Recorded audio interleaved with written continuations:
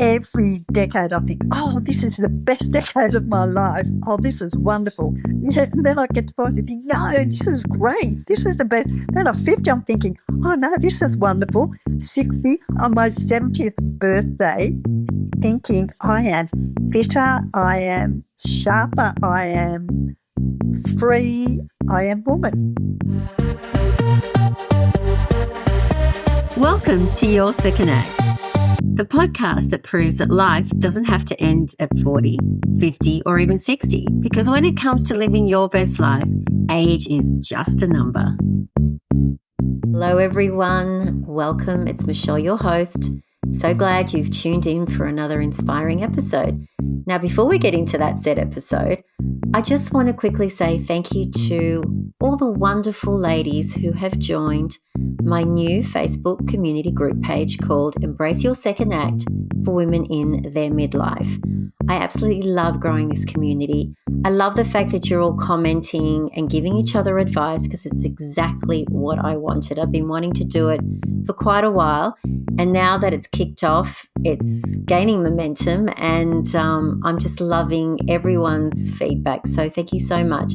And if you haven't joined us yet, the links are in the show notes, and I'd love to see you on the page. And please introduce yourself when you do join. Now, today's episode, I had the pleasure of sitting down with Jo, a really good friend of my mother's who I've always admired as someone who had a great sense of self-belief, especially in a time when women were defined as homemakers and men ruled the world. It's so important to share wisdom across generations, and Jo, who is truly living her best life in her third act, was the perfect person for this conversation. And I really wanted to get an insight into how she navigated midlife and has come out the other end shining and thriving. So our chat was incredibly interesting and filled with valuable insights. Jo shares how she tackled societal expectations, pursued her passions, and found true fulfillment. And my hope is to continue sharing these stories to inspire not only our peers, but also the younger generations. And I love what she says in the episode, I am woman, hear me roar. Now, just before we do get in, I'd love it if you could all rate and review. It's really important for my show to get out there and into other people's ears. Now, a few of you have actually jumped on to say that you couldn't find where on your podcast platform where to actually rate and review. So if you go to my Instagram page, I've actually done a step-by-step video on actually how it's done and where you can navigate it. So if you could do that, I would really love it. And as you know, your feedback definitely means the world to me.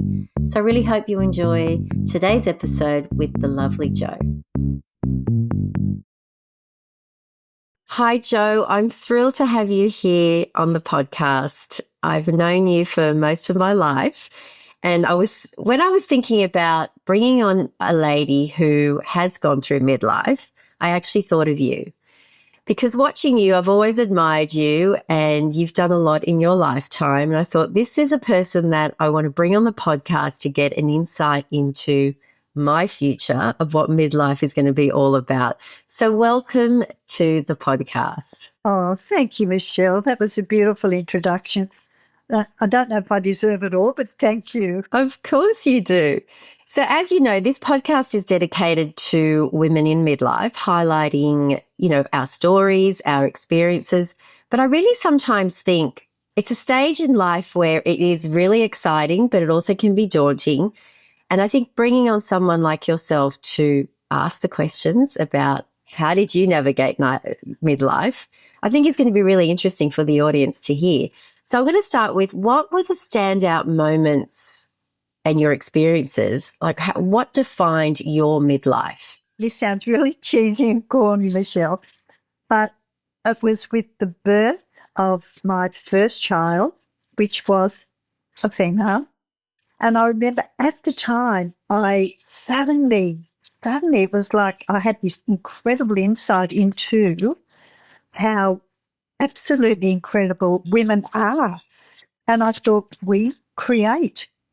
And I have just given birth to another woman who's going to create. And that was sort of, because I was born in 46, 1946, I was brought up in the 50s and, but into the 60s, and women were put in our place. We were in boxes. Okay, we did what we were told, and we had the woman's role, and men ruled the world. And it was that moment that I thought, no, women are incredible.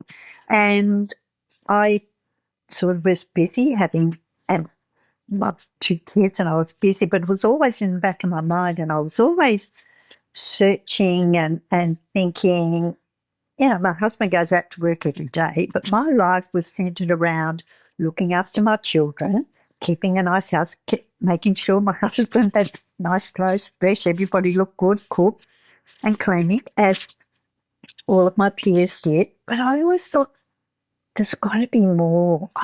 I'm feeling unfulfilled. So I used to talk to friends, and I had a nice group of friends, and some women were sort of into what I was into, like philosophical. We'd talk about religion, child rearing, everything. And other women were just quite happy to just get on with their lives, doing, and good for them. And I had a look at friends that went back to work part-time, and they had good, like, teachers and stuff. And I thought, bugger, I don't really want to go back and do the job that I did, because in my day, there was only 5 years of high school that you did. You went to year 3, which was year 3 for us, which is year 9 for you guys. And we got a thing called the intermediate certificate. Later on, it became the school certificate in year 10.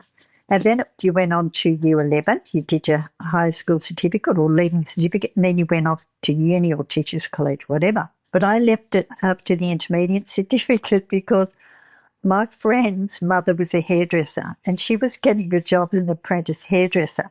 And we used to go to her, in those days, hairdressers finished at 12 o'clock on Saturdays. We used to go into the salon when it closed, and we'd do our hair, and like for 15, do your hair, the makeup, loved it. I thought, that's what I want to do.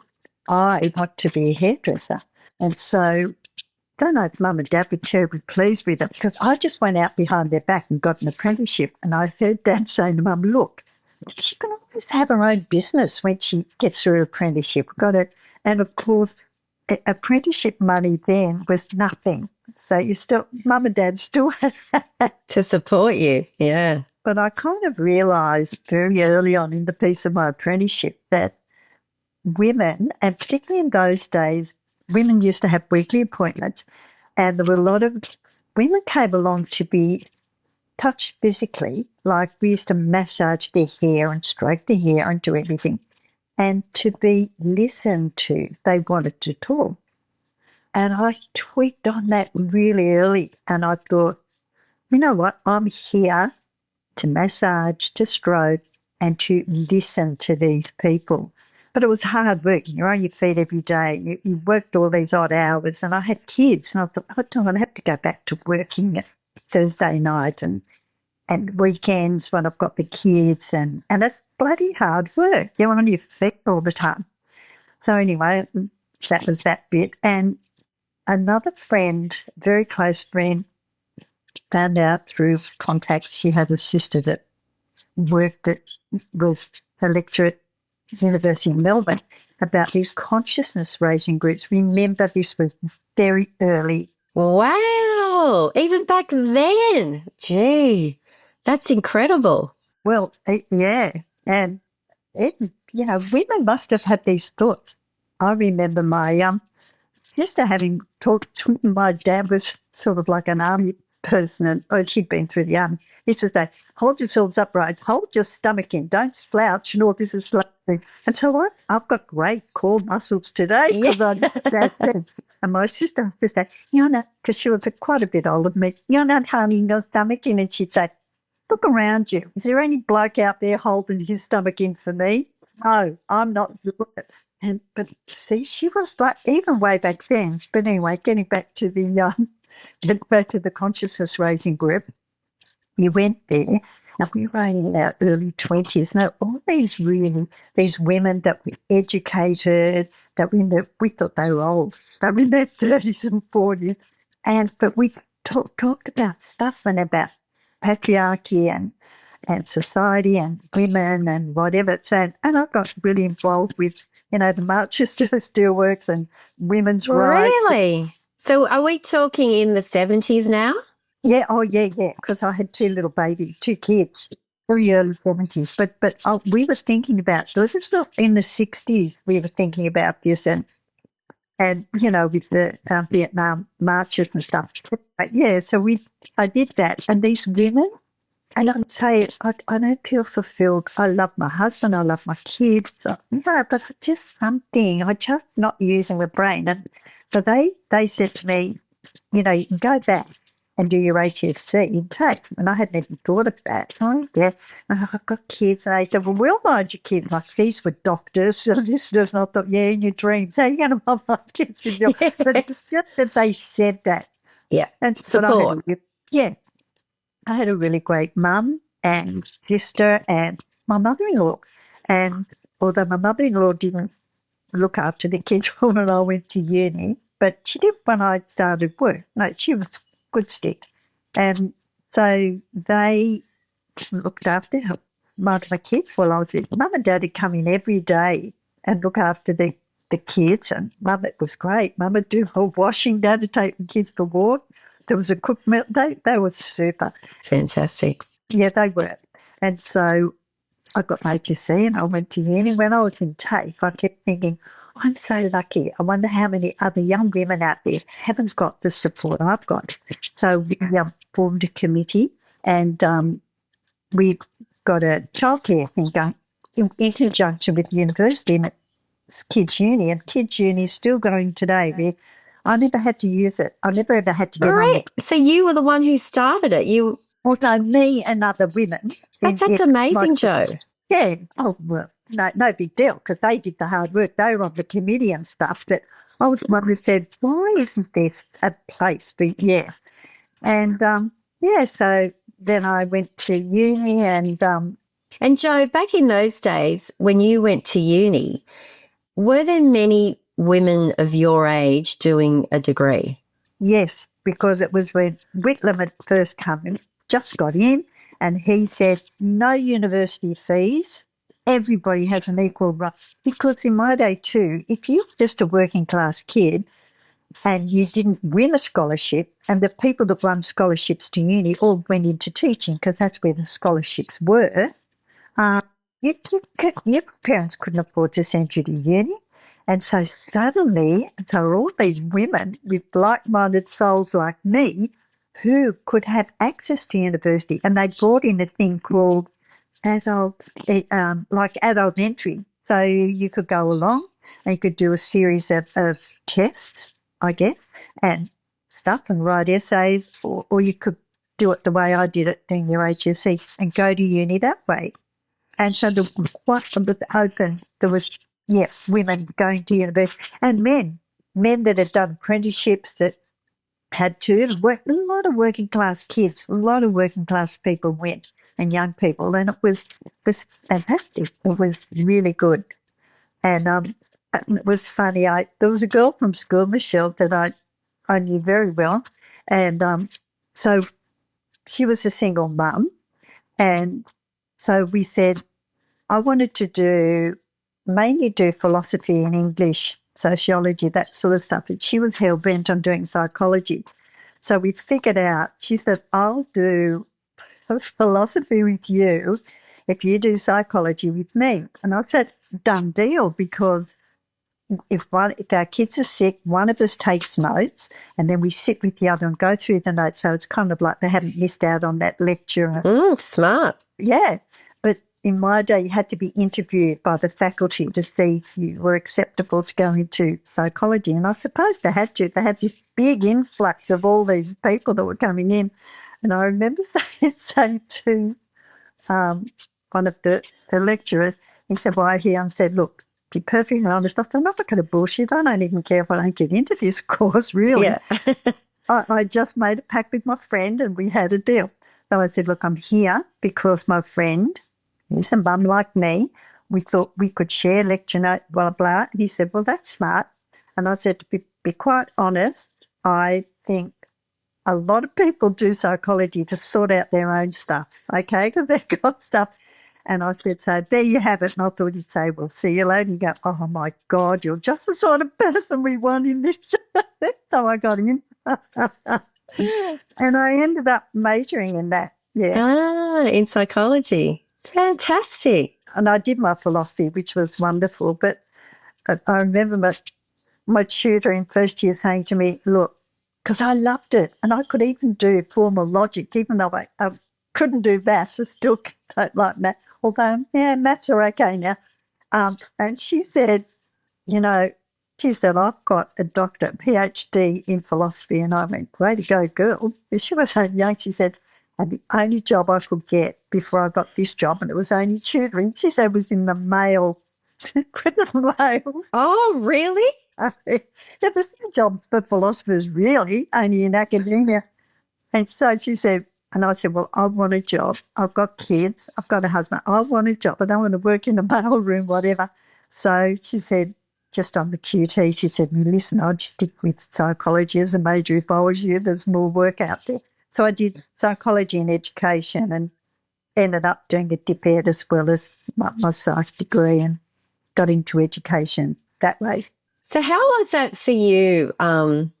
You obviously reinvented yourself by doing something like that. It must have given you a massive sense of purpose when, just listening to you and also listening to my mum's stories, like, women that were just there to be at home, be homemakers. And I love the fact that you actually met a bunch of women who kind of inspired you. You had a community of women, which I think, well, maybe because the way I was raised, I was never around women like that. But that is amazing because in those days it would have been rare, I would say. Yeah, it was rare, but I can't take all the credit for that. Don't forget, I had a big sister who said, look around here, is there any bloke holding this? Love that. And I had a big sister that used to point out anomalies to me all the time. Things like, I said one day when I was must have been about 13 or something, reading this magazine, and she was, must have been a bit old. Well, she's a fair bit old. She was just married at the time. And I said, oh, look, it says here that men are the prizes. Women have to go after. And she said, really? Well, Jesus, I've got the booby prize. Stuff like that. Really right down to earth. And all this stuff about women, and I'm talking about my generation, you had to compete against each other to get the best.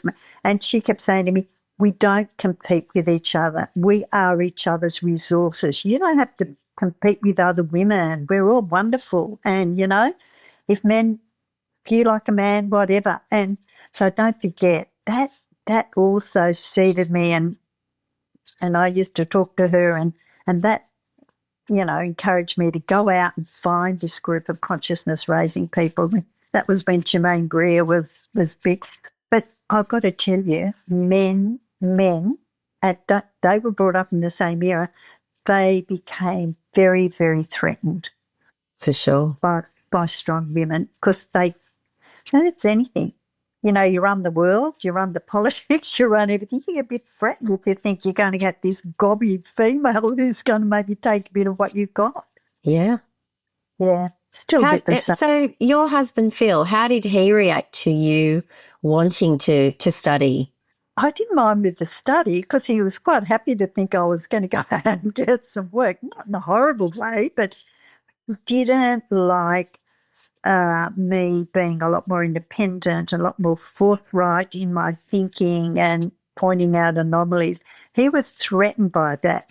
And he was saying, oh, you women just want to bloody run the world. And I said, no. We just want to be equal. We want to be your partners. We don't want you to be the boss. We don't want to be we just want to partner you. And, if you ever listen to the words of the lovely Helen Reddy, like, we just want to be equal, of her I Am Woman. Hear me roar. Yeah. And just as a little aside, Michelle, I've got to tell you this. I've got two wonderful granddaughters that I'm thank God for every day. And when they were little, when they were about maybe 3 and 4.5, they used to come to our place when we lived in Sydney, and there was a community pool that we shared in our block of unit. And they were down there having a swim one day, and I said, hang on, I've just got to get the shampoo. And I left them under the shower. I got the shampoo to go back, and I could hear them singing, I am woman, hear me roar. Really? I've never forgotten that. I thought that is a peak experience. That is just the most, for me, that is the most wondrous thing. Absolutely. And these little naked brown bodies up there singing, I am woman, hear me roar. I thought, oh my God, I'm just such a lucky woman. No, but what an example that you're setting to them and to their mum Penny. You know, it's the same. And they might not have remembered that, but it doesn't matter. In the subconscious, it stays. And yeah, it does. so obviously then you started working as a psychologist?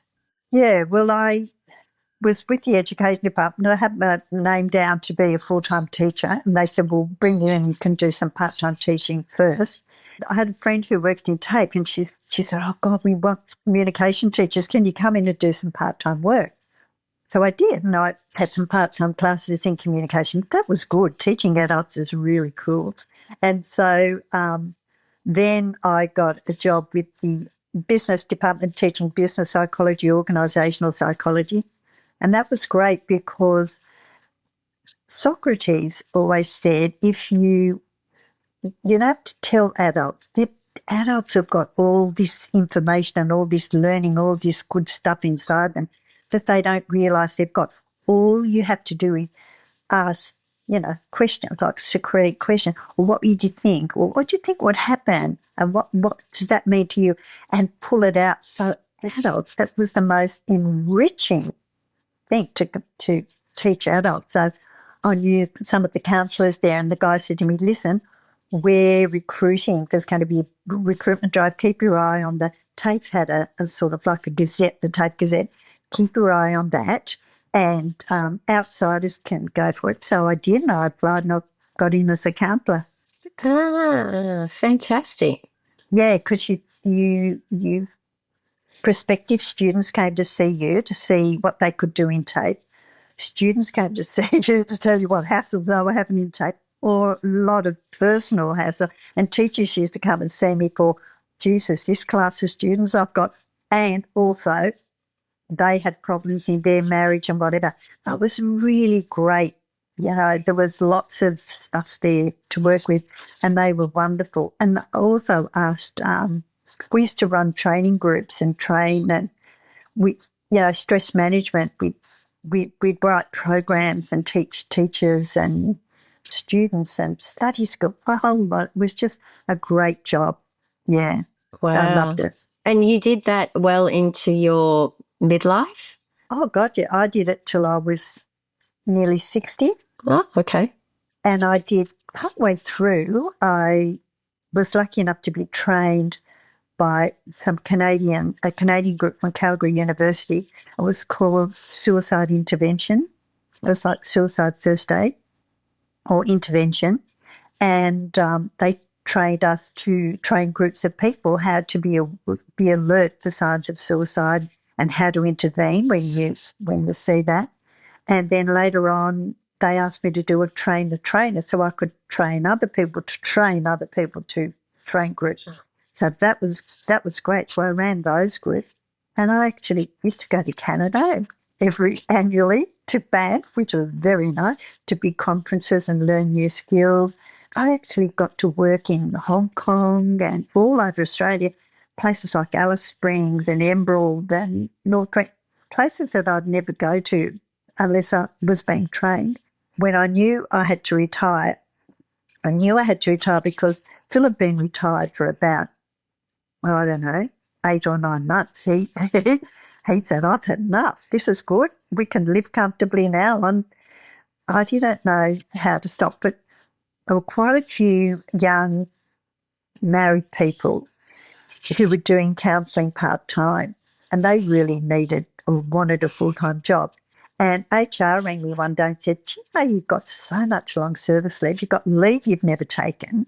You've got all this you never take." And they said, "You're working now for about $14 a day." Anyway, I came home. I was talking to Phil about his health.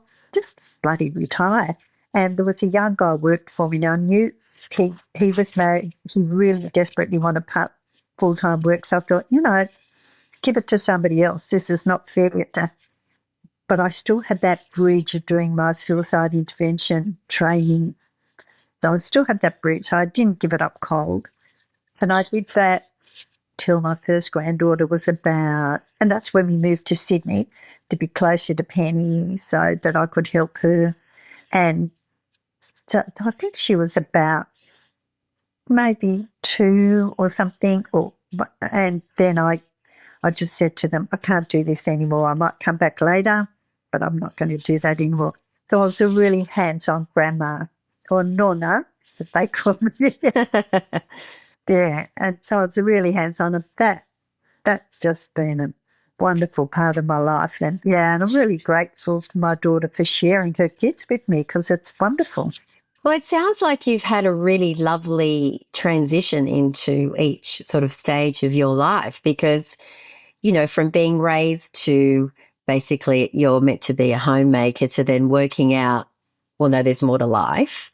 And then you went and worked on yourself and studied, and then, you got a profession, and then it kind of moved into a nice stage of life of becoming a grandmother. So you've always had a sense of purpose. And I think where I feel that a lot of women lack is that purpose. And that's why I'm doing the podcast, because it gives me a sense of purpose. And I want other women to realize there's so much more out there.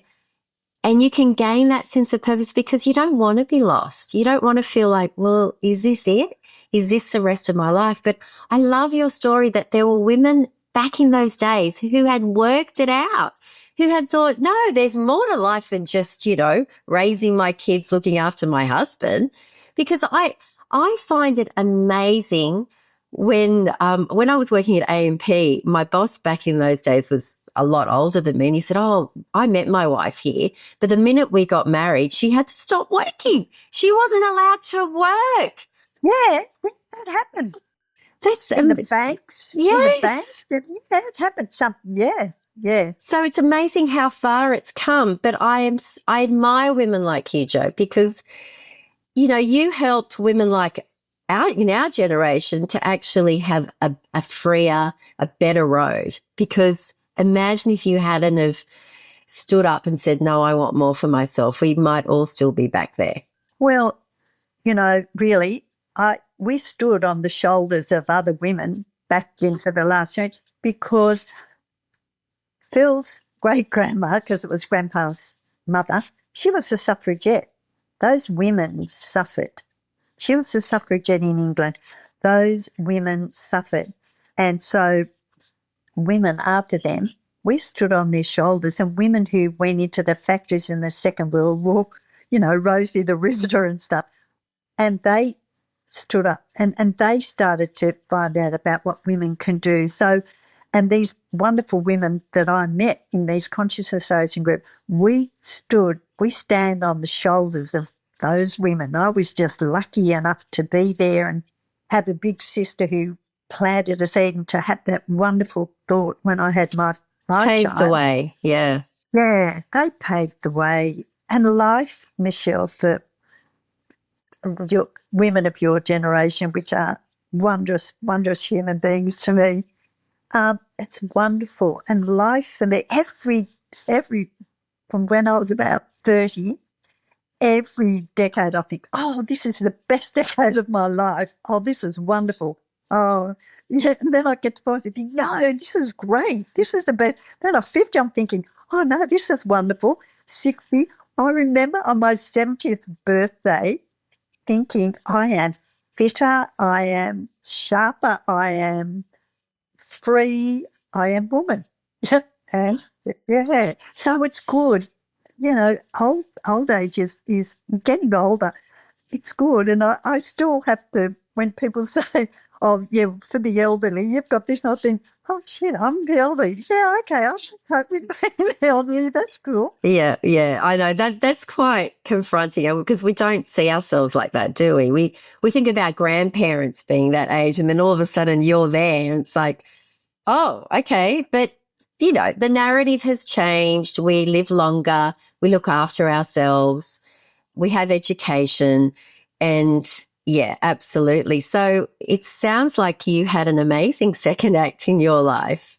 I did. Not without its struggles, like, the men being threatened and my husband being threatened and juggling work. Because I wanted it all. I kept thinking, well, men have got it all and good on them. I don't want them not to have it all, but I want it all too.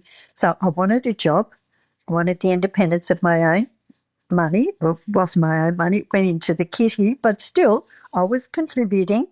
I wanted my kids to have a good life and I wanted my home to run smoothly and whatever. And so juggling that sort of stuff and later on feeling incredibly guilty because other mothers that were homemakers and my friends, beautiful friends, played tennis and did the stuff and were there, but I wasn't. So I used to make sure once a month I'd work 2 nights a week to get the Friday off so I could go to the school and do tuck shop, Yes, canteen. of course. You didn't want to miss out.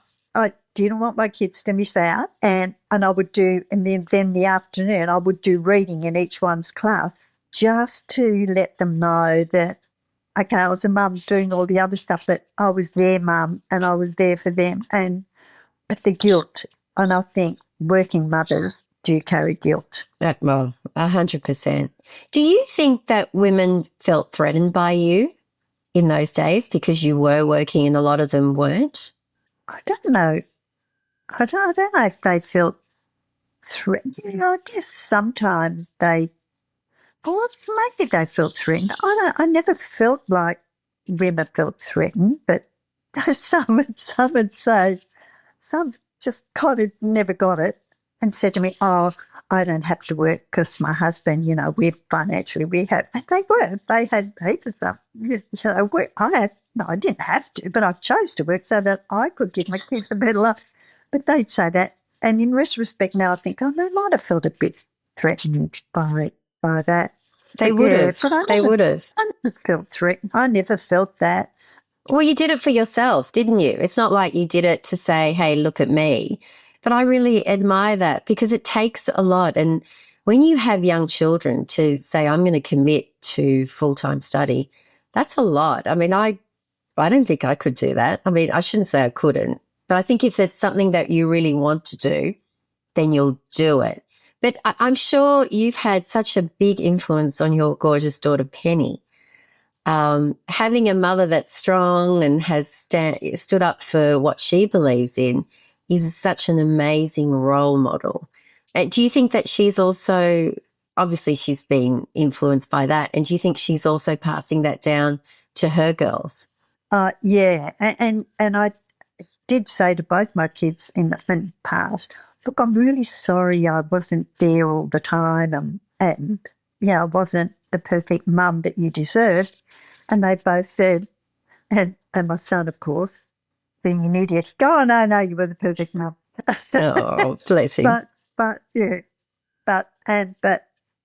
Penny said, my daughter said, but Mum, you exposed us to a lot of things we would not have had exposed you to if you hadn't been.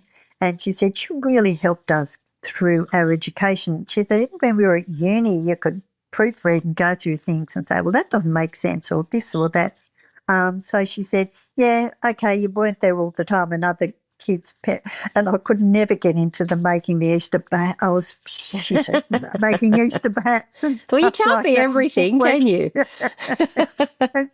They said, but, we got lots of other things and exposure to lots of other, And is passing those down on to her daughters, and she's very loving and soft, and I think they really appreciate that very much so, because they only get that from her, that side of the family. So And she is strong, and she's honest, and she does tell them things, and yeah. So yeah, she has, and she is strong, but yeah, she's a strong woman, that girl. I bet. She's an amazing person. Yeah. Yeah, she is. Yeah. So now that you have gone through that stage in life and now you're in what I would call your third act. Oh God, when's the final curtain going to come? Who No, knows? Dave, Fourth, not for a fifth. long time. Looking back, what advice would you give to women in our generation about being in our second act? Yeah, I would say I get it. I understand what it's like to juggle and looking after your kids. Could be teenagers, young adults, maybe grandchildren, aged parents. That's a juggling act. But be kind to yourself. Just give yourself a bit of slack. And I always used to say to people, treat yourself like you treat your best friend, okay? Because often we treat ourselves, we wouldn't even treat a dog like we treat ourselves as It's humans. very We say to sad. it, yeah, treat yourself like your best friend. Make time for yourself. If you need help, if you're going through hassles, interpersonal, physical, whatever, reach out and get help. Help's there. Other women are your support. There's some wonderful other men. Just reach out and get support. You're not on your own. And I'd say for those of you that are going through menopause, I'd say HRT. Yay! It is wonderful. Yes. Yes, HRT is the best. Some GPs will say, oh, I don't know how long you should be on it. Gynecologists say, go girl, stay on it.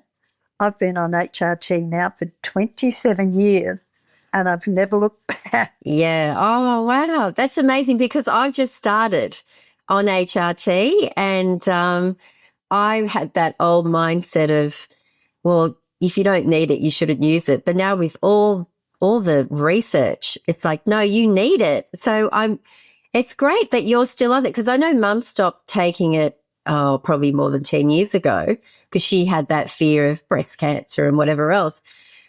But no, I mean, there is no fear. If anything, it's so good for you. The benefits outweigh, the pros and cons. Yeah, absolutely. Exactly.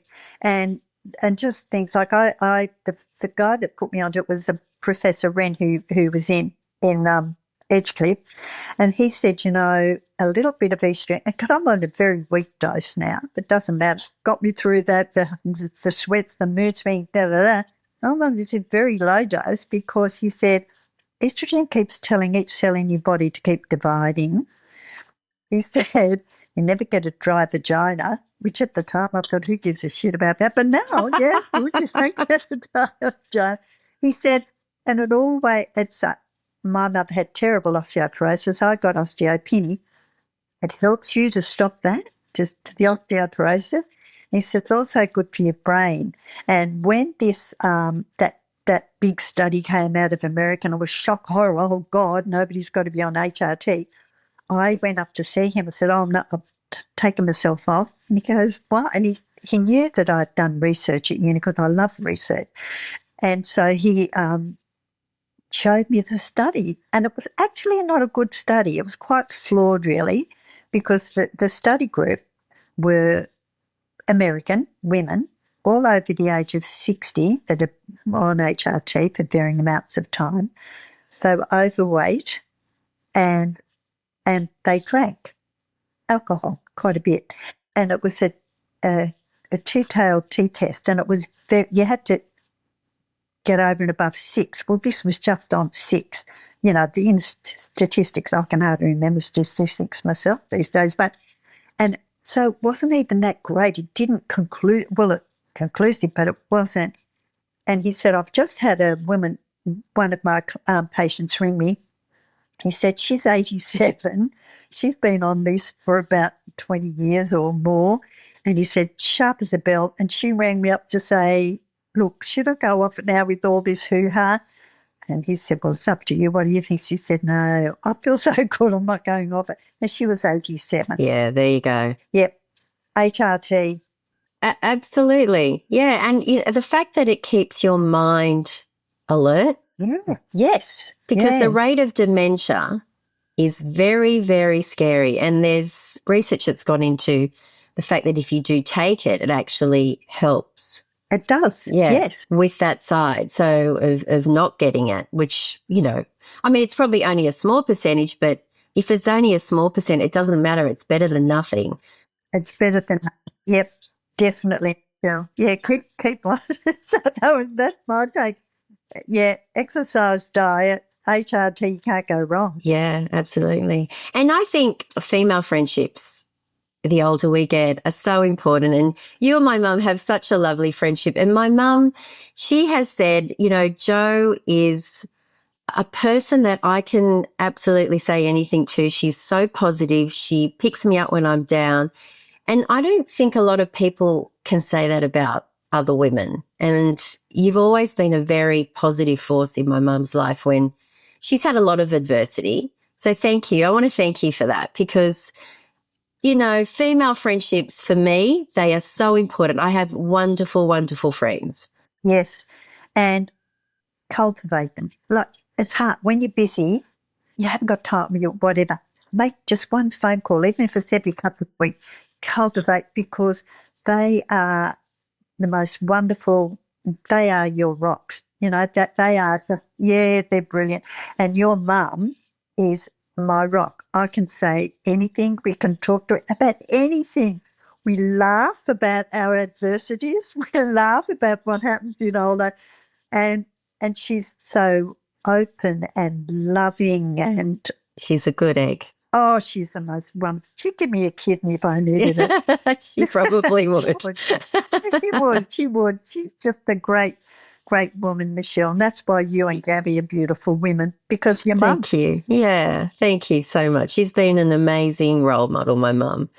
And she, she hasn't had it easy like most of us haven't. But, at the end of the day, she's a great person that I really look up to and I admire. And that's why I think I place a lot of importance on that, on raising my girls as well. And we just want to keep cultivating amazing women. And can you imagine, our girls' generation, what they're going to do? So I've absolutely loved this conversation with you, Jo, because it's not often that I get to speak with women of your generation who I'm amazed have gone through this reinvention when it was really taboo back in those days. It was. So I really admire your story. It's amazing. And we can do whatever we want. If we just really feel passionate about it, just go for it. And if you fail, at least you tried. And that's my thing. Just keep saying yes to more. Well, and if you fail, just think of what I tell my granddaughters, they're golden opportunities to learn.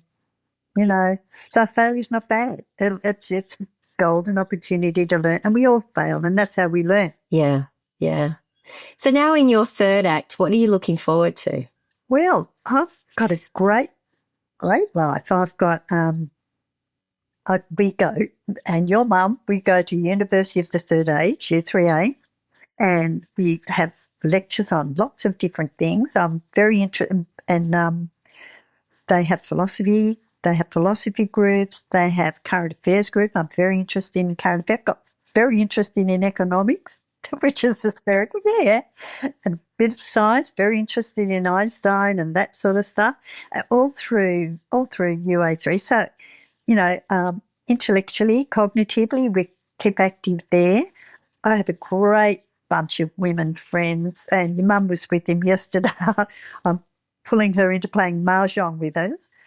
So we play mahjong on Fridays, and we go and have lunch. We play, and it's good. We use our brain. We chatter. Because small talk, chatter. People say, "Oh, I don't like small talk." Well, that's crap. Because small talk and chatter is how you just. In the old days, I heard one linguist say, it's like in the old days we used to pick nits out of each other's hair when we were cave women. And that's how you chat. Yeah. Yeah. And it's good for the soul, and you can get as deep as you want, or you don't have to be deep. And chatting and people, you come to know if you can trust each other, and that's when things come out. And yeah, so we do this when we play mahjong, or when we go to U3A and we all have lunch afterwards, or I play, my mum does. I took her along to play bowls, but she said, oh, I can't cope with this bowls. I hate this bending back. So we've got a sore back, well, for obvious reasons. Yes. But I used to play tennis with this group of women. I'm hopeless. But when I had this eye thing, my eye problem, beautiful friends, started bowl. We go to bowls, which is great, which is a mixed group. We can go with our husbands, play bowls. So my life is rich and full, and I'm still interested in stuff, and I still want to learn, and I'm curious. And I've just read this fantastic book by Yanis that sounds rude, Varoufakis. Right. Fakasi, and it's about techno-feudalism. Wonderful. If you could be ever bothered What is that? Techno-feudalism, it's about how technology has kind of defining us now. And it's very quickly, yeah.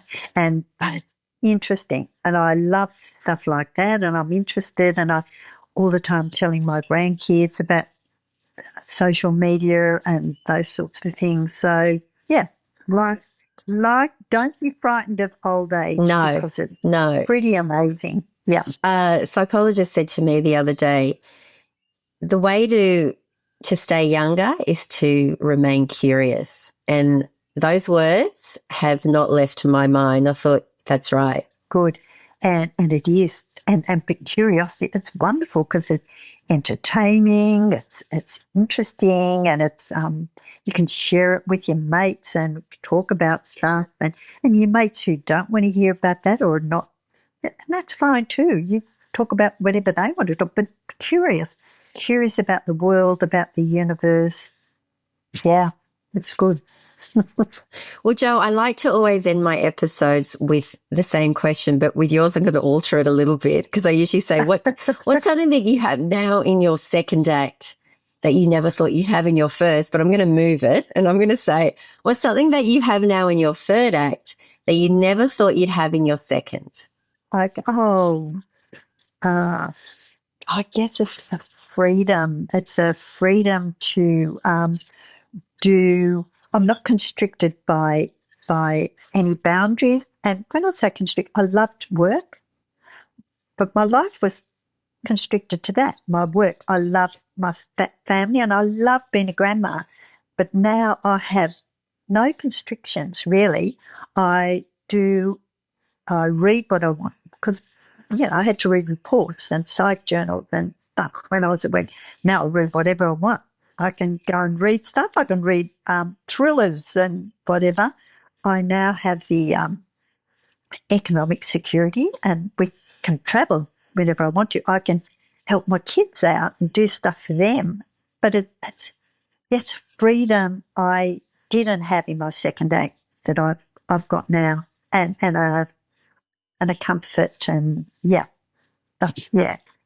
and a security, contentment. That's wonderful. Well, if that's what I've got to look forward to, thank you for an insight, because it sounds exciting, and, and that's the mindset you got to have. It's like every day is a gift, and the future is exciting, and there's no point in dreading it, because it's wonderful. Because look, getting old, like a friend of mine, her old aunt said, she was German, and she was quite ill. And one day, and she had aches and pains, and Susie said to her, God, it's hard getting old, isn't it? She said, darling, it's you can get old, but she said, it's not hard to get old, but it's hard to stay old. I like that. It's hard to stay old. Yeah, because every day, as you say, it's a blessing, and it beats the alternative. Yeah. Absolutely. It is quite a wonderful time of your life. So don't be frightened. Look forward to it. It's great. Thank you, Jo. I've loved our conversation. And I wish you all the best in your third act and hope to see you soon. Oh, and I'll be dragging your mum with me. Good, drag her because she needs dragging. Trust me. Bye, my love. Take care. Bye-bye. Thank you, darling. Thanks for tuning in to another episode of Your Second Act. If you enjoyed this episode, I'd love it if you could rate and leave a review on your favorite podcast platform. Your feedback means the world to me.